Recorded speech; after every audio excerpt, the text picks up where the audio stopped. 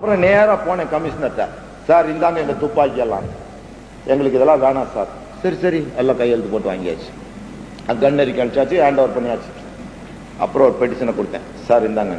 என்ன இது இருந்தார், இது எனக்கு AK-47 வேணும்.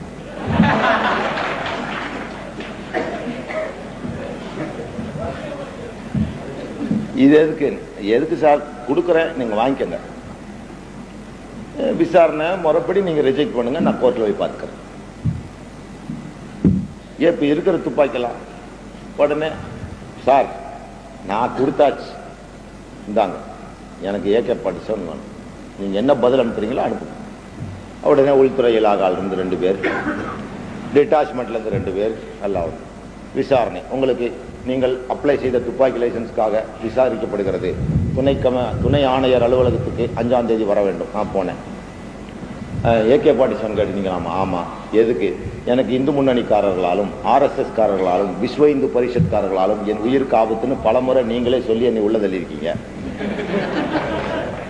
பாதுகாப்பு சட்டங்களை கைது பண்ணியிருக்கீங்க. அவனுங்களும் எனக்கு மிரட்டல் கடிதம்லாம் எழுதியிருக்கானுங்க. இந்தாங்க எந்த நிமிஷமே உயிர். அதுக்கு நீ வச்சிருந்த துப்பாக்கி அதெல்லாம் செல்லாதுன்னு நீ தாங்க சொல்லிட்ட.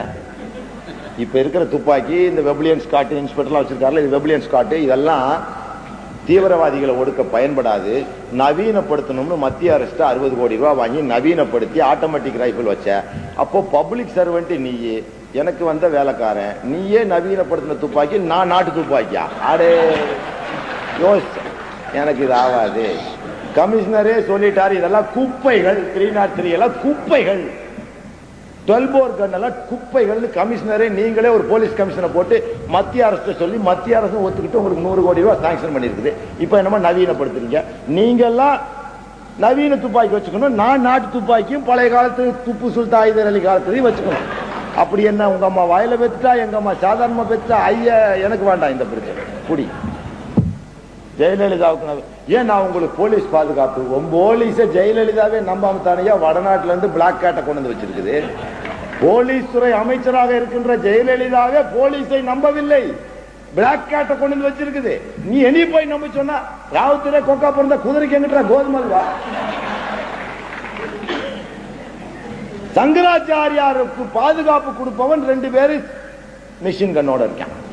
என்னடா நாட்டுல இந்த மக்களுக்கு ராவும் பகலும் உழைக்கிற எனக்கு உரிமை இல்லையா? நாட்டு மக்களோட வரி பணத்தை சுரண்டி திங்கிற சங்கராச்சாரியாருக்கு நவீன துப்பாக்கி. இந்த நாட்டுல நான் பிறந்தனா அவன் பிறந்தனா எல்லாருக்கும் சமமா இல்லையா? அதை சொல்லுங்க. சந்தியாவுலையும் சாக்கடையில பிறந்தவனும் சமமா இல்லையா? சட்டத்தின் முன் ரூல் ஆஃப் லா இருக்கா இல்லையான்னு தெரியும். அதுக்காக சுப்ரீம் கோர்ட் கூட போறேன். இப்ப யோசிச்சுட்டு கஸ்டம்ஸ்ல போய் எழுதி வாங்கிட்டு வாங்க. யோ நாட்டு வைத்தியம் பார்க்கிறவன் நாட்டு வைத்தியம் பாரு. மாட்டு ஆஸ்பத்திரி டாக்டர் மாட்டுக்கு தான் வைத்தியம் சொல்லணும், மனுஷனுக்கு சொன்னா குற்றம். நீ போலீஸ் கமிஷனர் லைசன்ஸ் கொடுக்க முடியுமா முடியாதா அதை சொல்லு, கஸ்டம்ஸ் கிட்ட அதை நான் பாத்துக்கிறேன். அப்படி போட்டு இப்ப தகராறுல இருக்குது. அதே மாதிரி ரிட்டுக்கு போயிடும். போனா எனக்கு சத்தியமா ஆர்டர் கிடைச்சிடும். அடுத்த முறை தஞ்சாவூருக்கு AK-47 துப்பாக்கியோடு வந்து காட்டி பாரு. அதை நான் வாங்காம விட மாட்டேன். எனக்கு பாதுகாப்பு கொடு. ஏன் இந்தியால சந்தியா புள்ளியும் சங்கராச்சாரியார் பிள்ளைகளும் தான் நல்லா இருக்கணுமா? நாங்களாம் நல்லா இருக்கக்கூடாதா? எங்களுக்கு சமமா இருக்கணும்னு போட்டிருக்கேன். பாருங்க, அடுத்த முறை தஞ்சைக்கு வரும் பொழுது AK-47 லைசன்ஸ் துப்பாக்கியோடு வந்து உங்களை சந்திக்க நீங்கள் அனைவரும் ஆசி கூறுங்கள் என்று கூறி என் உரைக்கு திரையிட்டு விடைபெறுகிறேன். நன்றி, வணக்கம்.